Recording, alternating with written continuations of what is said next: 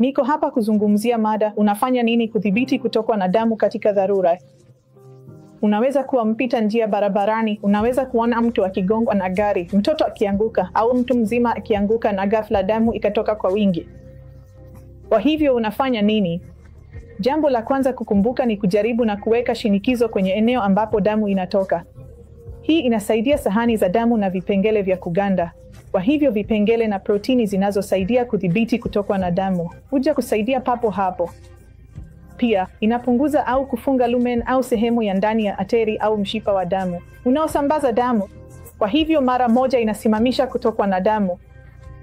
Ikiwa ni jeraha kubwa na la kina, kupata kitambaa safi na kukijaza na kuhakikisha kwamba shinikizo linadumishwa baada ya kujaza jeraha pia husaidia kuhakikisha damu inakoma mapema iwezekanavyo.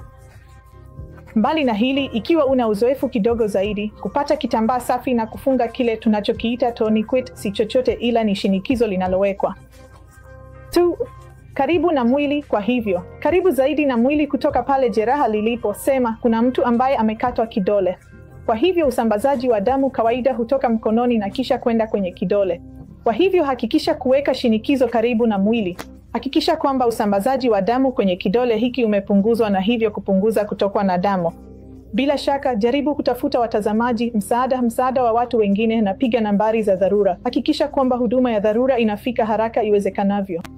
Ikiwa ni kutokwa na damu kidogo, kama kutokwa na damu puani, hakikisha kwamba shinikizo linawekwa kwenye ncha ya pua. Hakikisha kwamba mgonjwa anainama mbele, asinywe damu, afungue mdomo na apumue, ili damu isiingie tumboni na kumfanya awe mgonjwa. Ikiwa kutokwa na damu hakusimami baada ya angalau dakika 5 za shinikizo hili, wakati huo huo, unapaswa kujaribu kupanga usafiri ili mgonjwa aweze kupelekwa hospitali ya karibu au chumba cha dharura haraka iwezekanavyo. Usisite kuwasiliana nasi ikiwa una maswali mengine kuhusu jinsi ya kudhibiti kutokwa na damu katika dharura. Asante.